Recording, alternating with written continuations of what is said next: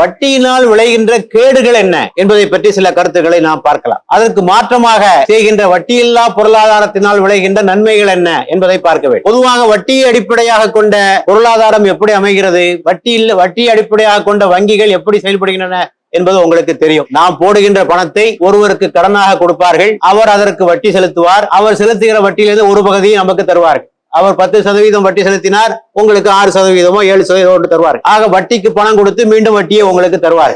இதுதான் வட்டி அடிப்படையாக கொண்ட வங்கிகள் நடைபெறுகின்ற முறை.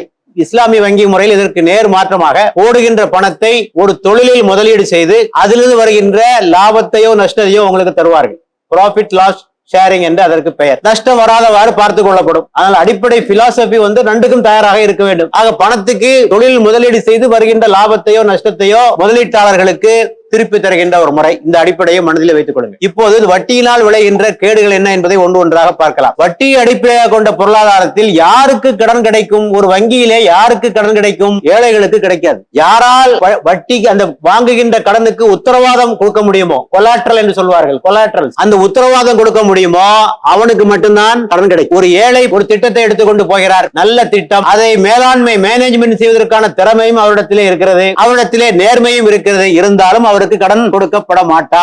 மீண்டும் பணம் யாருக்கு போகும் என்றால் ஏற்கனவே பணக்காரர்களாக இருக்கிறார்களே அவர்களுக்கு தான் பணம் கொடுக்கப்படும். ஏனென்றால் அந்த கொலாட்ரல், அந்த வாங்குகின்ற பணத்திற்கான உத்தரவாதத்தை யாரால் கொடுக்க முடியும் என்றால் பணக்காரர்களால் தான் கொடுக்க முடியும். ஆகவே சாதாரண மக்கள் பெறப்பட்ட பணம் யாருக்கு போய் சேர்கிறது என்று சொன்னால் பணக்காரர்கள் போயிருக்கு. வங்கியில பணம் போட்டவங்க போல எல்லாரும் பணக்காரன் இல்ல, பெரும்பாலும் சாதாரண நடுத்தர மக்கள் தான் வங்கியிலே பணம் போடுகிறார்கள்.